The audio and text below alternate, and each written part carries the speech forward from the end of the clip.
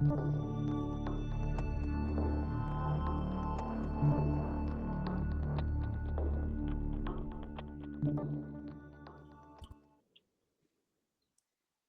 and welcome everyone to the Wall Street Blockchain Alliance's Crypto Roundup for Friday, April 11th, 2025. Ron Quaranta here with my dear friends and co-hosts David Brill and Joshua Klayman, back from travels, I suspect. Before we start again, welcome everyone. Thank you so much for joining us on LinkedIn Live, on Twitter, on YouTube. Everything we're discussing obviously isn't any kind of accounting, investment, legal, or tax advice, and what David, Josh, and I discuss really are our own opinions, not necessarily the opinions of our respective firms. Josh, I'm going to put an Apple AirTag on you. You are very hard to track down, and I know you're super busy. How have you been? I've been doing well, thanks. I was so sorry to miss our last session, but I know you're in good hands with Michelle. Michelle is brilliant. I hope she's watching. We'll have to have her back as well. David, Josh, let's kick it off. It's been another not boring week. David, if I could start with markets. Every morning you and I wake up, you've probably got your trader turret and all the red and green, and I'm looking at financial news and I see the futures falling out of the bed almost every single morning. When you look at the data, David, CPI is down, PPI is down. You'd expect there to be some good kind of, well, this is great for the markets.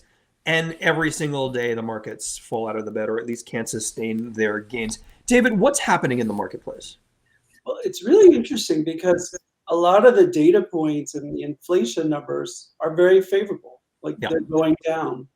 But with all the uncertainty right now regarding the tariffs, the market hates uncertainty, and you're seeing these wild swings, and different announcements move the market significantly. And I think while we have this uncertainty, it makes consumers uncomfortable. Yeah. And you see this discomfort when you get a consumer sentiment number that was very low. Yeah. And like you said to me on our pre-call, we haven't seen that number since 1981. Yeah. So what I would say is, structurally, we have this massive debt and we need to deal with it.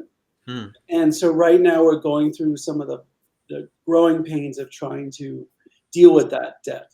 And so we want inflation to go down. We want the 10-year to go down. Inflation's going down, but the 10-year is going up. And it's very complex. But at a high level, like in the moment, it's been good news.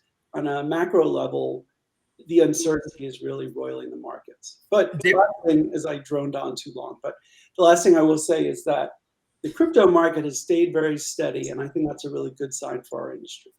David, it brings me to the next point, absolutely, and I wanted to ask you about this. When I look at the tape, and I look at BTC holding above 77, holding above 80, and we see everything else sort of falling out of the bed.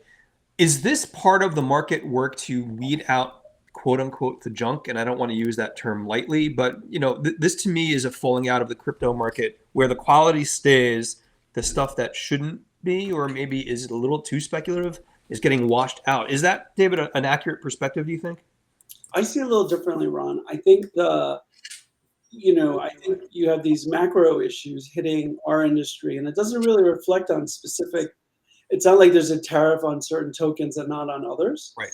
So I really think of it as a more macro play, and people who own Bitcoin, whether it be in a multi-asset fund or just holding it, they don't see a need to loosen their positions, and they don't need the liquidity to sell it. They're holding on. And I think with the altcoins, I think we just need more liquidity in the market. So I think they're selling off consistent with other risk assets. David, when you talk about the macro stuff, I do want to have a credit and kind of liquidity conversation. I think that's a bit more wonkish. But Josh, for the Klayman family office aside, what are your thoughts on the marketplace? So I actually had a question for you guys. Sure. Because I know you guys are way more have way more in-depth knowledge about this stuff than I do. So I've seen references to perhaps there being a basis trade unwind. I've done some Googling about what that meant. But I was wondering if you guys could explain that. I mean, what I've found, it says the basis is the difference in price between the treasury security and a treasury future. contracts with similar characteristics. But I'm wondering, if you don't mind, if you could explain that, and also what that means potentially for the markets. Yeah, And David, what's happening? David, go ahead. Too ambitious. No, in general, particularly sophisticated investors and institutions, Josh, to your point and what you looked up, will buy, let's call it particular treasuries and the offsetting futures. And there's a differential that they generally make between the two. And I think at its peak, David, correct me if I'm wrong, it was an easy 2% month over month return on some of these larger trades. When you look at the challenges in the marketplace and what we call credit compression and the movements in the 2-year and the 10-year, that margin, that basis trade goes away. And when that basis trade begins to go away, some of these are longer contracts. Again, David, correct me if I'm wrong, 2 month, 3 month, 5 month, 1 year beyond. When that trade unwinds and interest rates are going against them, they have to unwind the positions and oftentimes do it at a loss. And that just ripples through the market. And arguably, David, fixed income markets are, I won't say calm, certainly calmer than the crypto markets or the equity markets. Not so much lately. And Dave and Josh, to your point, that's put these institutions kind of on their back foot as far as this basis trade. But David, please add to that. No, I think what I would say is that I don't think the reactions that we've had have been so much towards the stock market, but it's been when the bond market has moved dramatically. That's when we've seen reactions. And so, I took some notes, and the 10 years moved from 3.8 to 4.6 in a really short period of time, I think since February. And that is like a warning sign about the economy and just sort of treasuries. And I think that's what sort of elicited different reactions we've seen in the middle of the week. And Josh, just to build on that a little bit, because you opened this Pandora's box of wonk. So I'm going to go down this road. I love learning from you guys. Wonkette. David, an 80 basis point move in the 10-year is a not insignificant thing. And one of the things I texted you about this the other night, we never got a chance to talk about it. When you see those challenging moves in the treasury markets and fixed income, it begins to suck out liquidity.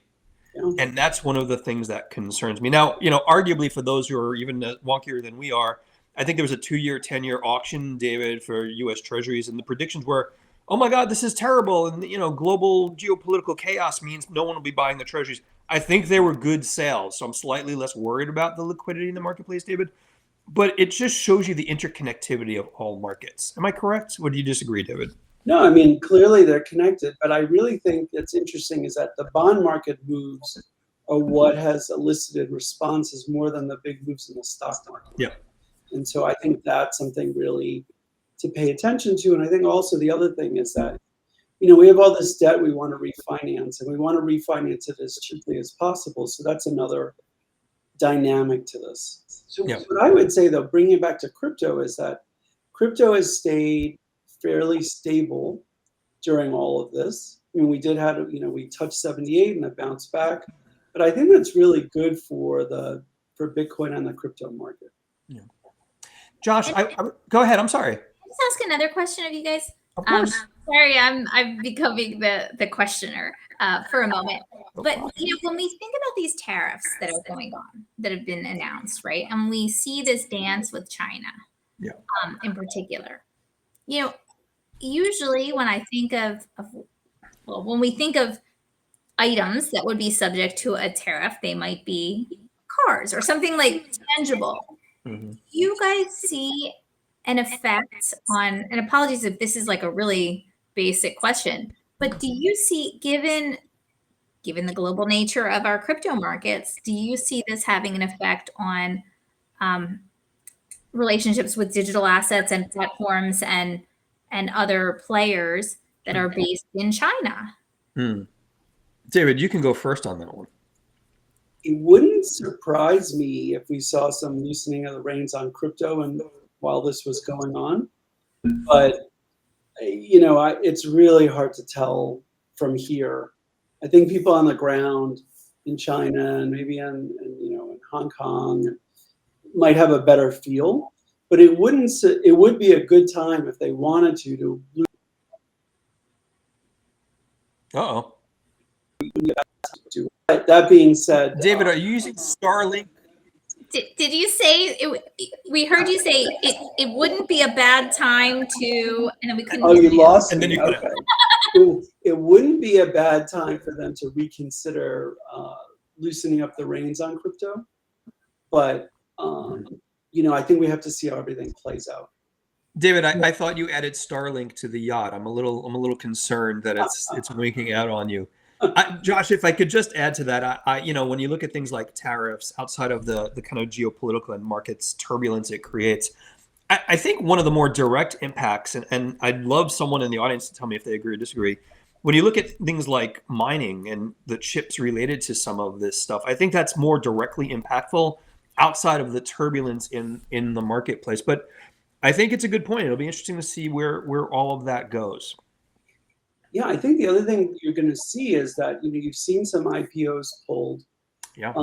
I think while I think structurally things needed to change, and I think we'll see that change, I think that it has put a little bit of a pause in the market with regards to maybe potential VCs raising money, potential M&A, maybe on the smaller side. But I do think that the train has left the station for crypto, but this may just sort of slow things down a little bit. Josh, I wanted to bring it back to you with one more question for you, actually, because we've been talking about market turbulence, and I know you and David, since the beginning of the year, we've been talking about the fact that it's just been really busy, like lots of new business coming your way across an entire spectrum of participants in the marketplace. Has the turbulence in the marketplace stemmed the tide of that at all? I mean, I haven't seen that happening.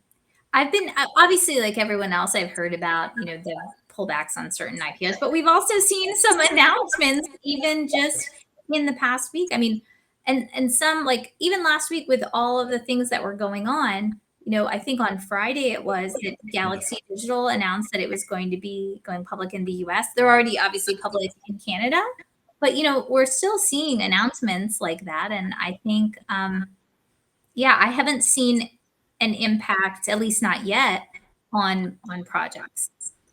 And I think, Ron, really, I think we cannot underestimate the regulatory green light that the industry is seeing and working towards resolving, really undoing what's been done in the last 4 years. Yeah. So even if the markets are a little turbulent, like the regulatory side is so bullish right now.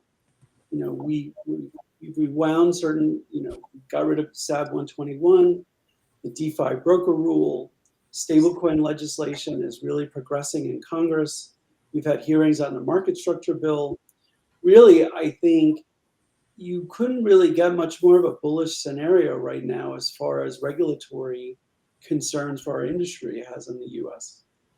David, I'm with you. And Josh, just to pull you into this, is the thing that the three of us watch at least as much as the markets is what's happening in the regulatory and legislative space. And Josh, I wanted to run something by you. And I was really struck by this, and I'm sure they'd been working on it for some time, but SEC Corp Fin had recently publicized that and I'm paraphrasing, Josh, please correct me if I'm wrong, stablecoins are not securities, and that they proposed or offered some advice on crypto guidance, crypto disclosure guidance in that regard. Josh, how important is that? Well, I think it's very important. I think some things, when we, for example, the stablecoin guidance for a second, I think generally, when advising clients, I think it's not like there was at least to me, I didn't feel surprised by this. Same thing with the mining guidance that was given. Same thing with the meme coin guidance that was given. It isn't something that I think is a surprise. It's more a confirmation, right? Confirmation that you're thinking about things in the right way. Because up until now, there really hasn't been that kind of confirmation, even if we go all the way back to the Dow report, right, in 2017. Yeah. It told us that certain offers and sales of tokens may involve offers and sales of securities. But what example did they give? A paradigmatic example of a security, a virtual venture fund. Right. So, and ever since then, we've sort of been on a mission to say, okay, but what is not within that? And when we look at some of the no action letters, which I'm thankful that we have from that, but really, like, Was turnkey jets really immediately applicable to what was going on with protocols in the open market? No. Right.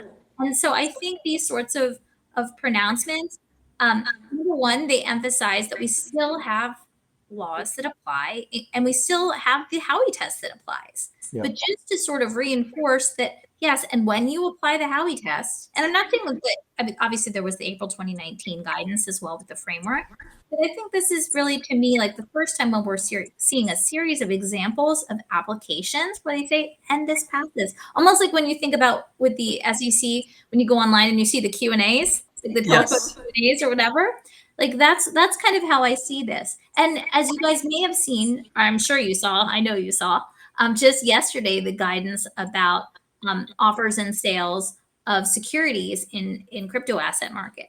Yeah. I mean, I think we're seeing that we have an SEC and a crypto task force and, you know, everyone else, the other staff who are really focused on making the crypto space, you know, a space that the US can play in compliantly.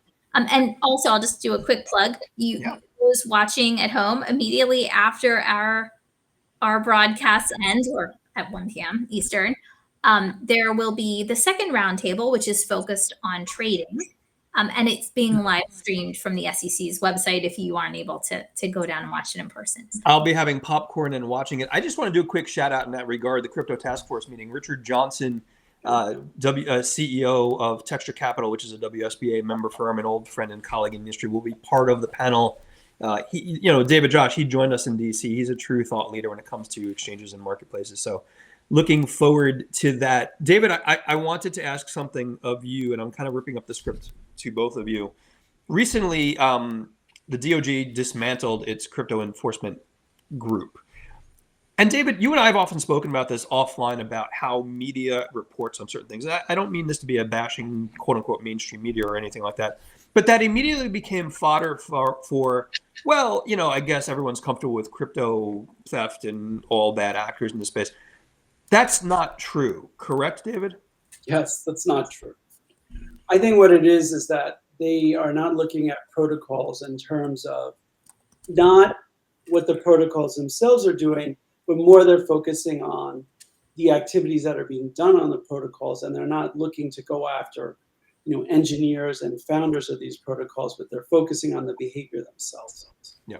And look, I think ultimately that's where we always thought things should be. So I think this dismantling is consistent with the notion that these products themselves are not in some way violative of the law. Yeah. People use these products and are violating the law. You know, they would be responsible the same way they use other types of products and be violating the law. Right. You know, like if you're money laundering and you use a different means of doing that, you're still money laundering. So I think that's the distinction that I see. And look, we have to remember that, you know, headlines are what they are, narratives are what they are, lots of clickbait and things of that nature. So, and, you know, somebody who doesn't agree with what the DOJ is doing is going to spin it in their own way. So I think, you know, always like kind of look through the noise and just focus on the substance. And the three of us, you know, all of us within the WSBA, David, have said this repeatedly for years. Fraud is fraud. Bad actors are bad actors. And, you know, law and justice should come for them. Josh, I wanted to pivot a little bit. I know the Gulf Stream probably brought you home a few days ago. I wanted to ask something totally not crypto related, but as Prada's VIP customer, were you surprised that they bought Versace? And do you become a VIP customer for both of those luxury brands? I'm just curious. I mean, I think, you know, Ron, I usually go along with your sayings, but I think anyone who knows me knows that I am not exactly like a purse carrier. So I'm certainly not a VIP, although I do have a Prada bag. I knew that because you told us that once. All right.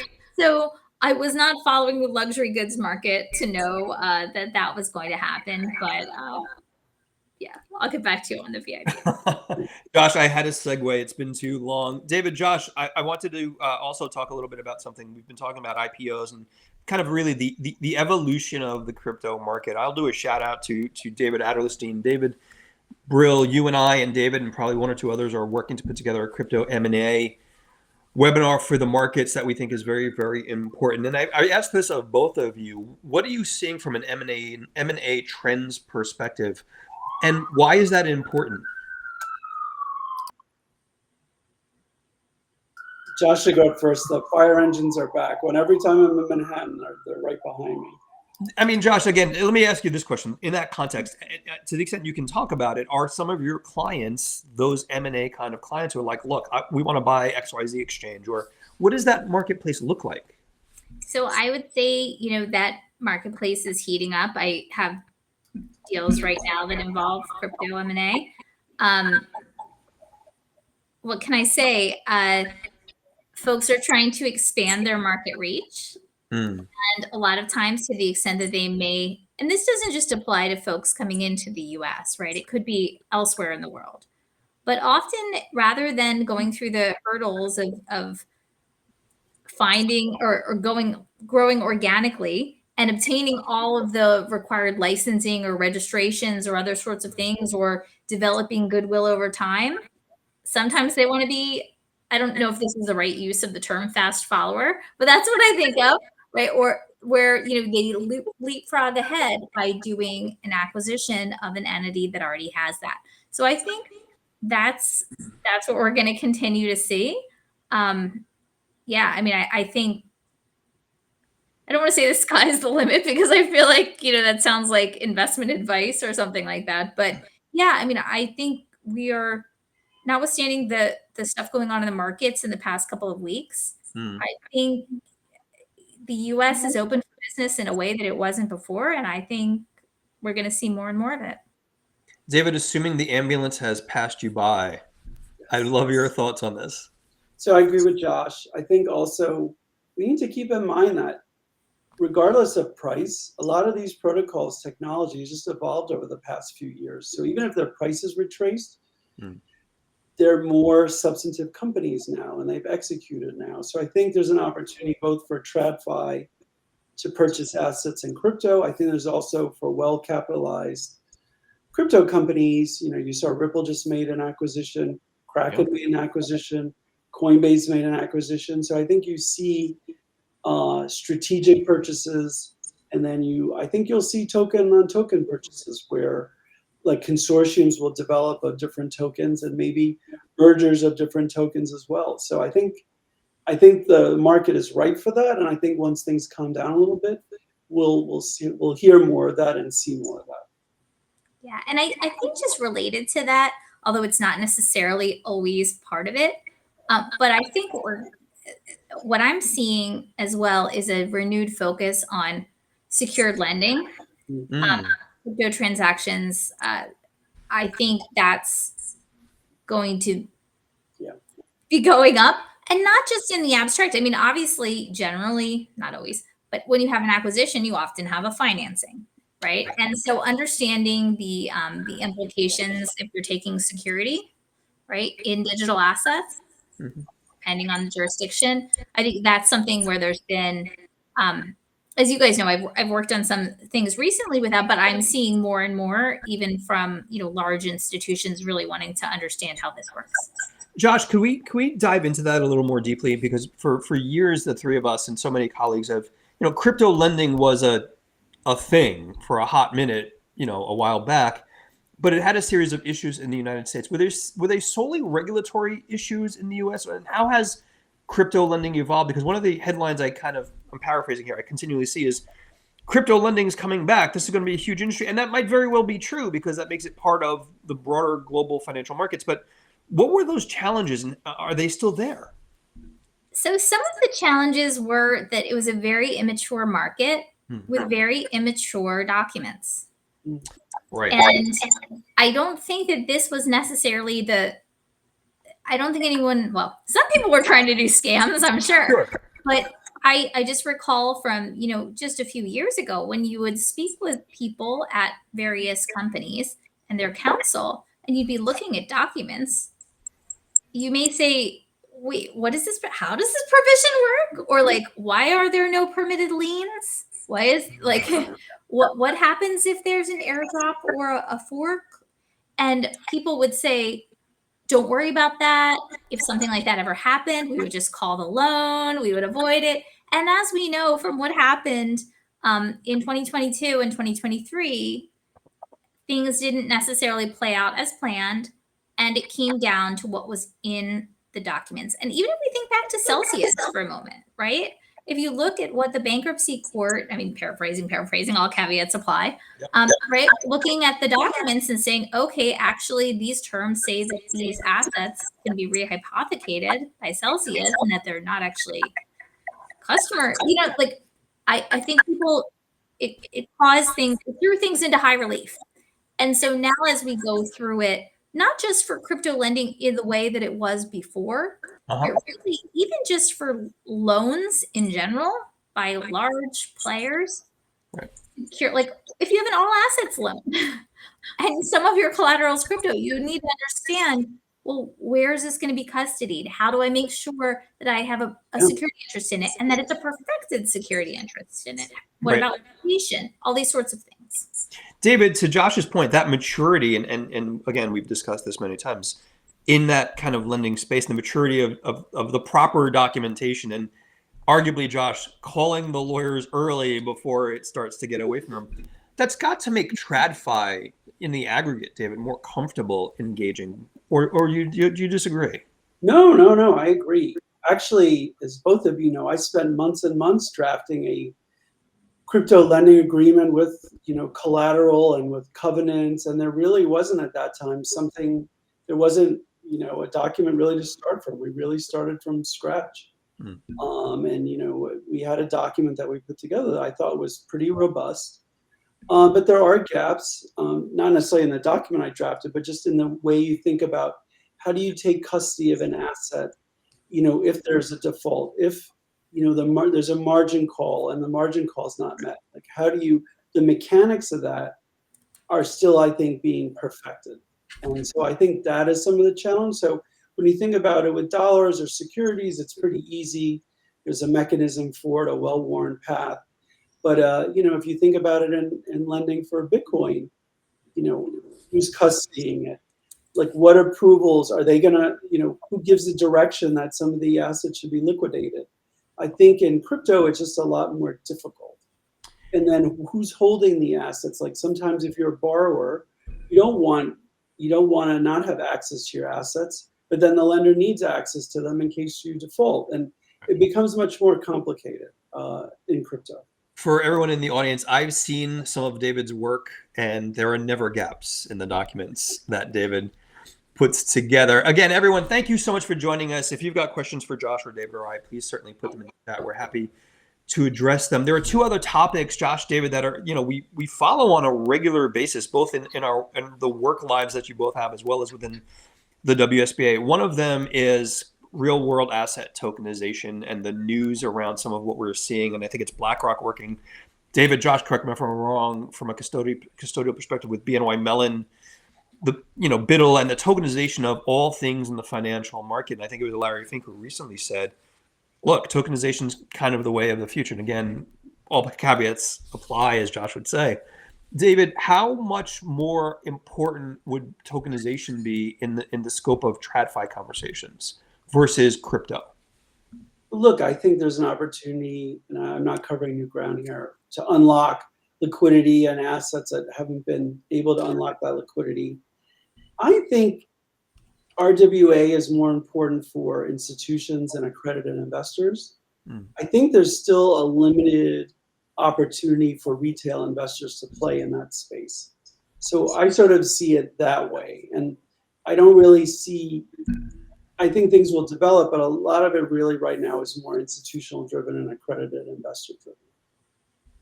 Josh, as a family office owner, do you look at tokenization and think I need to participate in some of these things? I know that's probably an inappropriate question for me to ask given the work that you do, but I'm curious about your perspectives.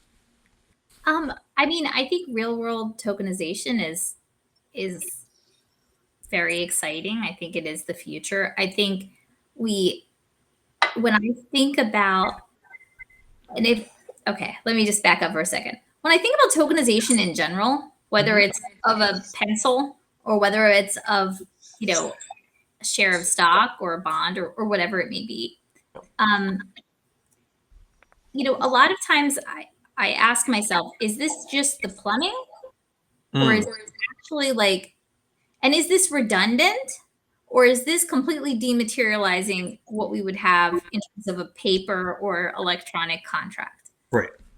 And I think as we explore real world tokenization and all of these wonderful ways to unlock liquidity, which a lot of platforms around the world are doing, we have to think about, or I think about, okay, opinions, and to the extent that parties may want legal opinions. And I think that's one piece where we have to, at least in my mind, we're still working it out, right? Like, if you get rid of the paper, what does this do to your enforceability opinion? Can you give an enforceability opinion? And I think so. Yes, I'm bullish on tokenization in general. I just think as it relates to some of the common practices that we as lawyers engage in and clients may expect, trying to figure out how to give the kind of comfort. But this isn't just limited to tokenization. Right. This comes up in things like, like if you're trying to give a view on whether an entity has a perfected security interest in some sort of asset, but the asset's held in an omnibus wallet, right? And you need to understand what rights the customer of that custodian has to those assets at that particular time before you know what rights it can grant, right? So it's all these sorts of things. I'm saying this a little bit weirdly, probably because I have specific examples in mind that I've been wrestling with, but I think that that's sort of a next piece that we need to think about is in the context of a deal and the mechanics of a deal. Yeah. What kind of opinions can you give? What kind of opinions do you need? Maybe you don't need them. Right. And it's a complicated arena, Josh, to your point. And we keep hearing tokenization a lot. There's a very different dynamic, David, in tokenizing, call it treasuries, tokenizing a fund, than it is tokenizing mansion number 2 and tokenizing real estate and all of the kind of overhang associated with that. How long is that going to take, David? And I know that's like peering into the crystal ball, but that's going to be a many-decade initiative. Or do you agree with that? I do. It's going to take some time. We need stablecoin legislation because stablecoins will be part of that equation. I think we also need the mechanism. Like if you're going to tokenize real estate, like Josh was talking about, somebody's going to have to write an opinion that this real estate can be tokenized, that there are not mortgages on it, that it's allowed to be subdivided this way and sold in tranches instead of tranches in tokens. So there's complications to that. I think the idea that people are going to tokenize their own homes, I think that is still far away or further away. But I think you could see a portfolio of residential real estate, high-rise buildings, and then, something being done in the Caymans, and then selling tokens to individuals to get liquidity, like on a yearly basis for a few years to unlock some of that value. I think those kind of structures you'll see. I don't think on an individual level we'll see it so quickly. Josh, did you see how elegantly David queued up the next topic, which was stablecoin legislation? That's pro work right there on David's part. So David, when we talk about stablecoin legislation, Josh, the three of us and several of our colleagues in DC, we've commented on Stable Act in the House. There's Genius Act in the Senate. And I'm sure both of you have seen the news. I want to do a quick shout out to Michelle Gitlitz and Joseph Colo and some of our colleagues in the legal working group who really spearhead and talk about some of the state work. And Michelle has a part of the legal working group where we talk about state legislation. I think it was, you guys correct me if I'm wrong, Illinois, 2 or 3 states over the past week put forward bills that have been moved into law as legislation at the state level for stablecoins. David, for the audience, why is stablecoin legislation so important? Let's get down to the nuts and bolts of it. Well, I think it's so important because it's such, with legislation and with regulated entities being able to use it. First of all, it's a gateway to crypto broadly. So that's one area that we care about. And then secondarily, it really will take out even more friction. just imagine how quickly settlements can be done in stable coins. You don't have to worry about them moving. The ones that are backed by dollars or US treasuries, you can really settle much, much quicker. You can move assets much quicker. We all talk about the examples of wiring money overseas and those kind of things. So I think it just really speeds up commerce. And so, it's important on some levels. And also B2B is another example. You think of the costs of using credit cards. And even if the credit card companies were to use the stablecoin rails, you could really reduce the amount of cost for doing business between businesses and with governments too, for that matter. You can probably settle much faster using stablecoins between parties. Josh, I'm going to ask something that's going to sound more provocative about this topic than I mean it to be. Are we no longer worried about stablecoin reserves and proving those out? Are we no longer worried about stablecoin reserves? I mean, I think that the person, it depends on the person. I mean, we just saw this letter from Letitia James in New York to congressional leaders, right? Saying that in her view, I'm paraphrasing here, that stablecoins should be backed 1-to-1 by US dollars or treasuries, and they should be issued by US companies and subject to state and federal regulatory oversight. I mean, basically, obviously, there's a little bit of a history with Tether between Letitia James and Tether anyway. But, this sort of urging that actually we not have non-US issuers of US dollar-backed stablecoins, and that stablecoins should not include backing by, say, Bitcoin or precious metals or other sorts of commercial paper, things like that. I think some people, like Letitia James and others, care very much about the reserves. And I would just say, in general, I think people are still caring about the reserves because even as we talk about, some of the SEC guidance about stablecoins and whether or not they involve transactions and securities, of course, part of that has to do with, with how stable they are, right? And whether there's backing. I do think one other thing that I think is a very interesting question, obviously the current legislation isn't going this far, but it's interesting to think about, is about the possibility of, this is like not a third rail, but it's one of these topics that, obviously has a lot of hot buttons for purposes of the SEC and other things, which is yield bearing stablecoins. What's really interesting in the discussions that I've heard really relates not just to some sort of speculative return that someone could have. Mm-hmm. This idea that if you are the issuer of a stablecoin, you're earning generally interest on the reserves, right? And should holders of the stablecoin be able to take part in that, just since they are the ones who actually are responsible for their having obtained the stablecoin and given the fiat. Yep. So yeah, I don't really have an answer for this, except just I feel like it's one to watch. Well, David, I think you and I were joking about Josh's point a while back, which was stablecoin issuance is a pretty damn profitable business if you do it right. Oh, look, absolutely. Look, Tether discloses what it earns, and they've been doing phenomenally well. I don't necessarily agree that a company has to be U.S. based to have stable coins here in the U.S. But I think that's for Congress to decide. I have an open mind about it because remember, if you exclude certain entities here, other countries can exclude our entities there. And so I think we have to have a macro view about it. I think that, yes, the New York AG has a certain agenda that she brings to the table that is well known.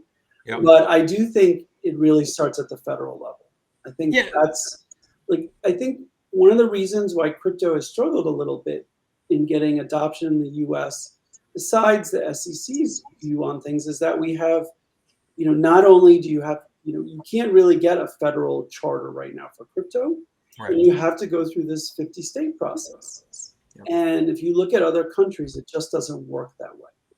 And so we need to find a way to harmonize our, regulatory regime. And I'm hopeful that the stablecoin bill will go a long way to doing that. Josh, go ahead.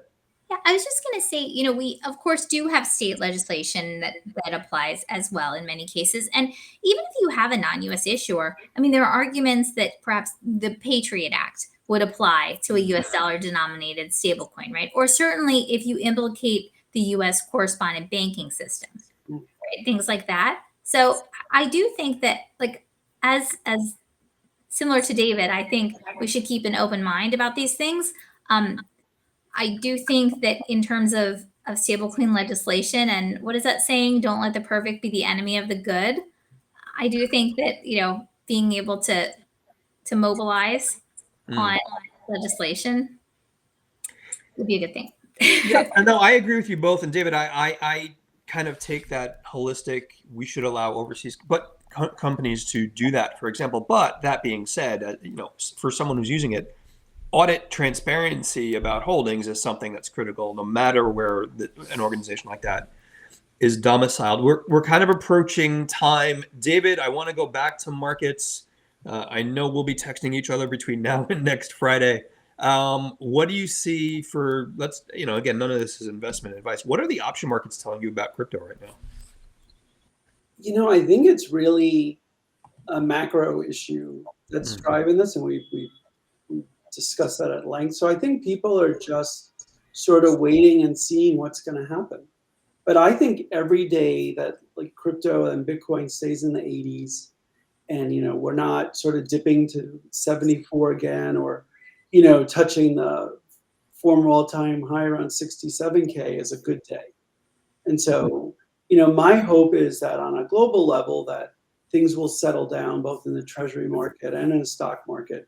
But for our crypto audience, every day we stay in this range or close to this range, I think just more solidifies the approach that people aren't panic selling crypto, and you're seeing really more long-term holders. David, between now and the time that things settle down, I just keep remembering, don't try to catch falling knives, which is sort of my perspective on the markets. Josh, what about you? I know you've both been insanely busy. What are your thoughts about the coming week and anything you're looking forward to? Well, I'm looking forward to, even this afternoon, checking in periodically on the roundtable. Yep. And certainly watching it after that. I actually have to look at the calendar to see what's coming up next week. There could be things that are coming up that I'm not aware of. But yeah, I mean, I'm just happy things continue apace, and hopefully things in our broader markets will smooth out a little bit. But what about you, Ron? Yeah, I can just one thing real quickly for your week next week, Josh. There's a legal working group meeting Monday, and I've got 3 letters for you that you're going to kill me for bringing up on the live stream. UCC. We will definitely. Yes. We will definitely be talking about those. So next week, again, is another busy week for all of our colleagues at the WSBA. We're working on the mergers and acquisitions webinar that we've got coming up. David, you'll be happy to hear that we've already locked down our venue for our next annual event. So the work begins in earnest and earlier than I had anticipated, which is all good stuff as well.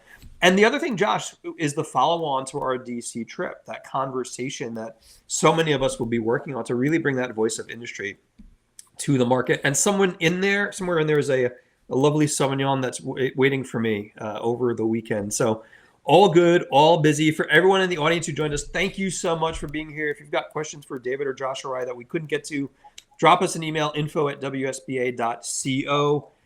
David, Josh, you'll probably be getting texts. We'll be doing the text messaging back and forth again all week. We'll be back next week. It's good to see you all. Thank you so much for your time. Yeah, and a happy Passover to everybody. Happy Passover. Take care, everyone. Bye-bye.